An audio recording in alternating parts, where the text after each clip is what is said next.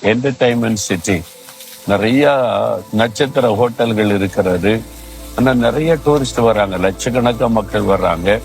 இங்க இந்த ஹோட்டல்ஸ்ல நிறைய கேம்பிளிங் விளையாட்டுல சூதாட்டம், அதுக்கான காரியங்கள் நிறைய இருக்கிறதுனால மக்கள் அதுக்காகவே வர்றாங்க. நிறைய பேர் அதுல அடிமைத்தனத்தில் இருக்கிறதை பார்க்க முடிந்தது. இந்த மாதிரி ஒரு பாவம் நிறைந்த ஒரு பட்டணமாக இது இருக்கிறது. ஆனா இந்த பட்டணத்தின் மேல் ஆண்டவர் இரக்கம் வைத்து 3 நாள் உபவாச ஜெபம் அமெரிக்கா தேசத்துக்காக இந்த பட்டணத்துல நடத்தும்படி ஆண்டவர் போன வருஷமே கட்டளையிட்டார். அந்த ஜெபத்துக்காகத்தான் நான் இங்க வந்திருக்கிறேன். 3 நாள் உபவாசம் பண்ணி இங்க ஜெபம் பண்ணுகிறோம். இந்த பட்டணத்துல ஒரு மாற்றம் வர வேண்டும் என்று. சரி, நீங்களும் இந்த பட்டணத்திற்காக ஜெபிக்கணும். இந்த நாள் ஆண்டவர் என்ன வசனம் வைத்திருக்கிறார் தெரியுமா? லூக்கா 6ஆம் அதிகாரம் 36வது வசனம். உங்கள் பிதா இரக்கமுள்ளவராய் இருக்கிறதை போல நீங்களும் இரக்கமுள்ளவர்களாய் இருங்கள். ஆண்டவர் சொல்றார், என் பிள்ளைகளே இரக்கமுள்ளவர்களாய் இருங்க. இரக்க சுபாவம் நமக்குள்ள இருக்கணும். சிலர் பாருங்க, கடின இருதயமா இருப்பாங்க. சொந்த வீட்டாருக்கே இரக்கம் காட்ட மாட்டாங்க.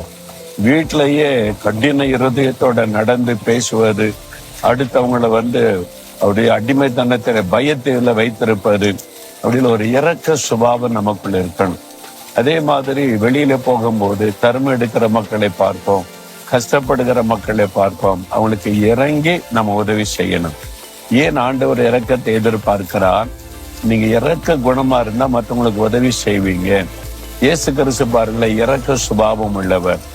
அவர் பிச்சை எடுக்கிற மனிதன் கூப்பிட்ட போது கூட இறங்கி அவனுக்கு அற்புத சுகம் கொடுத்தார். பாவத்திலே பாதிக்கப்பட்ட ஒரு மகளை எல்லாரும் குற்றப்படுத்தினாலும் மற்றவங்க பார்க்கிறபடி பார்க்காதபடி ஆண்டவர் இறங்கி அவருடைய பாவத்தை மன்னித்து ஒரு புதிய வாழ்க்கைக்குள்ளே நடத்தினார். இதைத்தான் இயேசுவிலே பார்க்கிறோம். நாமும் யாரையும் அற்பமா நினைத்து விடாதபடி அவங்களுக்கு இறங்கி நம்ம உதவி செய்ய வேண்டும். அதுதான் நம்முடைய சுபாவமா இருக்கணும். என்னால் நம்முடைய பிதா இயேசு கிறிஸ்து அவர் இரக்க குணமுள்ள தேவன். அவரை போல நாமும் இரக்கம் உள்ளவர்களா இருக்க வேண்டியது அவசியம். சிலர் சொல்லுவாங்க, தர்மெல்லாம் போடாருங்க, பிச்சை எடுத்து பிழைக்கிறாங்க, வேலை செய்யலாம்ல அப்படின்னு சொல்லிட்டு. நம்மளால வேலை கொடுக்க முடியுமா எல்லாருக்கும்? அது மாத்திரம் அவனுடைய பின்னணி என்னன்னு நமக்கு தெரியாது. சிலர் ஏமாற்றி பிச்சை எடுப்பாங்க. நல்லா இருந்து கொண்டே தங்களுடைய சரீரம் பாதிக்கப்பட்டதை போல ஏமாற்றி பிச்சை எடுக்கிறவங்களும் இருக்கிறாங்க.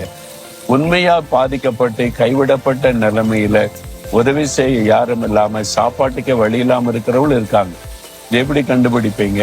நம்ம போகிற வழியில அதெல்லாம் ஆராய்ச்சி பண்ணி கொண்டு இருக்க முடியாது. தர்மம் எடுக்கிற ஒருத்தரை பார்க்கும்போது தாராளமாய் நீங்க தர்மம் செய்யுங்க, தான தர்மம் செய்யுங்கன்னு ஆண்டவர் சொல்லி இருக்கிறார். மற்றவங்க மேல ஒரு இரக்க குணம் இருந்தாதான் தான தர்மம் செய்கிற சுபாவம் இருக்கும். அதனால இயேசுவை போல நமக்குள்ள அந்த இரக்க குணம் இருக்கிறதற்கு நம்ம ஜெபிக்கணும். நீங்க இந்த வருஷத்துல எத்தனை பேருக்கு தர்மம் செய்திருக்கிறீங்க? எத்தனை பேருக்கு உதவி செய்திருக்கீங்க? யோசித்து பாருங்க. எத்தனை பேர் ரோடுகள்ல தெருக்களில சாப்பிட கூட வழி இல்லாம உட்கார்ந்து இருக்கிறாங்க.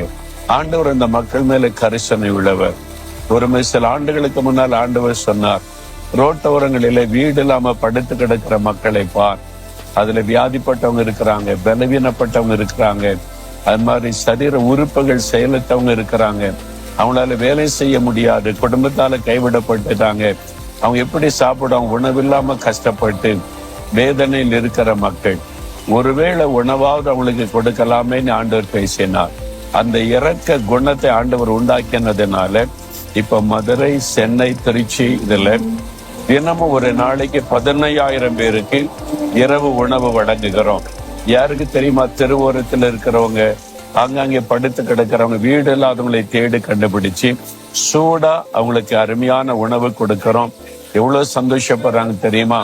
இதான் இயேசு நம்மிடத்தில் எதிர்பார்க்கிற ஒரு காரியம்.